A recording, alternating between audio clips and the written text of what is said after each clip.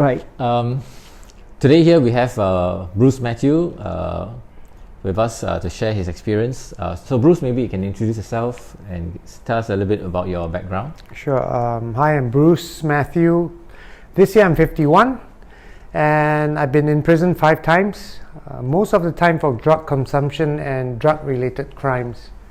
All in all, I've been sentenced to about 20 over years in prison, and I've also received 21 strokes of the cane.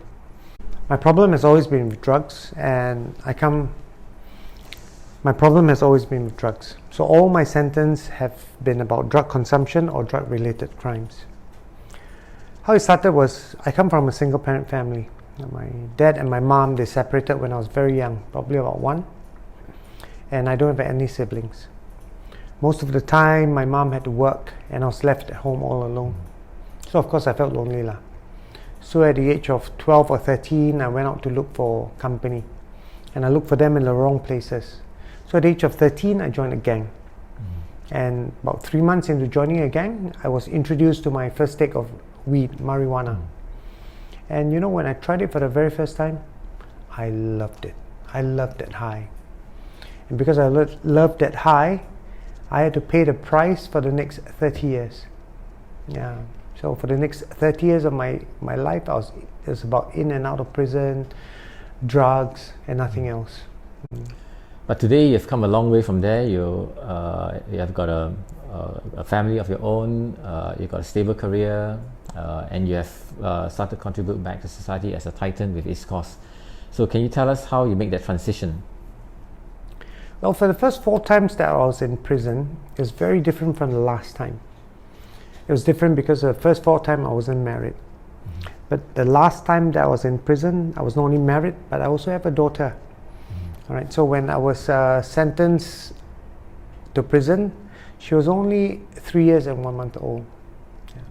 So during my incarceration, actually 11 months into my incarceration, something happened. So during then, my wife would bring my daughter to visit me once every month. So there was this particular month that she came, and that particular day was a very special day. You know why that day was special? Right. Do you know the answer already? You don't know, No. right? The day was very special because that day was my daughter's birthday. She had turned 4. So my wife had bought her a brand new dress and everything. So she was so proud of that dress, you know, that when she stepped into the cubicle to visit me, she started to parade herself. And then when she sat down, I sang her birthday song. So all the 3 of us, we were singing and clapping, and we were all very happy. And then at the end of the song, my daughter looked at me with those big innocent eyes, and she said, "Dada, Carrie." When she said that to me, Dr. Chan, my heart absolutely dropped, you know. I mean, I was in prison. Of course, she could not understand the concept of prison, you know. And there was a glass in front of me also. What could I do? So she looked at me quizzically when I didn't respond. And she said, "Dada, Carrie," more forcefully. So I did the only thing that I could do. And that was shake my head. When I did that, I tell you, she started crying her head off and she bawled, "I want to go home, I want to go home."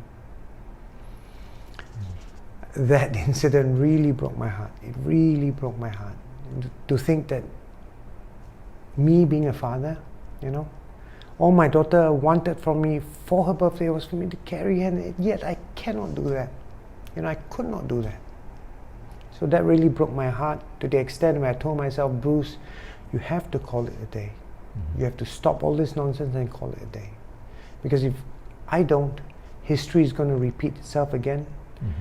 And I told myself this, my exact words to myself on that day was this: "Bruce, I don't think your heart can take it anymore.